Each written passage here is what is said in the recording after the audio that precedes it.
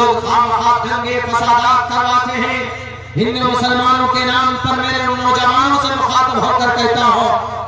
کبھی بھی آپ اگر تعلیم کا راستہ چھوڑ کر ان نیتاؤں کی چاپلوسی کرو گے تو کبھی بھی تم کامیاب نہیں ہو سکتے۔ یہ تو لڑانا چاہتے ہیں آپ کو،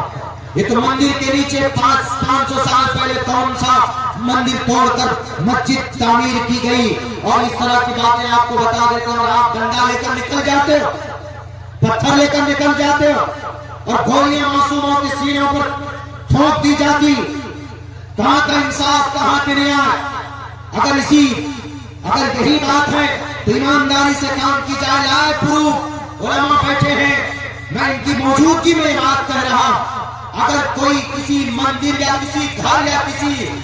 جبرن کسی زمین پر کسی زمین کو ہڑپ کر کے اگر کوئی مسجد بناتا ہے تو کیا وہ مسجد بنانا جائز ہے؟ قیامت کی صبح تک وہ مسجد بنانا جائز ہے۔ اگر کوئی بادشاہ کسی مندر کو توڑ کر مسجد بنایا تھا تو ناجائز اور حرام کیا تھا۔ اگر دلیل پیش کر دی جائے، ثبوت پیش کی جائے کہ نہیں اس مندر کے نیچے، اس مسجد کے نیچے مندر ہے، ثبوت لائیے، میں خود جا کر اس کی ایک ایک اینٹ اٹھا کر توڑ دوں گا، اس مسجد کو زمین دوز کر دوں گا۔ کیوں؟ بھارت کی ہی زمین پر مسجد بنانا اسلام نے پہلے سے منع کر رکھا۔ یہ پاپر ہو کہ کوئی بھی ہو، پاپر ہو کہ اکبر، یہ شریعت سے بڑھ کر نہیں ہو سکتے۔ اگر انہوں نے بنایا تھا تو جرم کیا، لیکن انہوں نے ہمیں کبھی امید ہے، ایک ایک بادشاہ کے پیچھے 7 علماء کرام ہوا کرتے۔ اگر کہیں پر مسجد بنائی بھی جا رہی ہوگی کسی کو توڑ کر، کسی مندر کو توڑ کر، تو اسلام منع کرتا۔ قرآن کا فیصلہ ہے، شریعت کا فیصلہ، غضب کی ہوئی زمین کے اوپر دنیا میں کہیں پر بھی مسجد نہیں بنائی جا سکتی، اس پر نماز پڑھنا حرام ہے، اس مسجد کو اس کو کنٹینیو کرنا، اس پر عبادت کرنا جرم ہے۔ نماز پڑھ لے تو نماز ہو جائے گی، لیکن اس مسجد کو باقی رہنا بنے رہنا ناجائز اور حرام ہے، شریعت کے خلاف۔ ہم تو پہلے فتویٰ دیتے ہیں کہ اگر کسی بھارت کے مندر میں کوئی بھی ہو، چرچ ہو، کوئی گرودوارا ہو، کسی بھی جگہ غصب کی بھی جگہ پر اگر کوئی مسجد بناتا ہے تو ناجائز اور حرام ہے، شریعت یہی کہ سنبھل پہ مسجد پہ بہانا لفظ سنبھل پہ بدلا ہوا، چونکہ سنبھل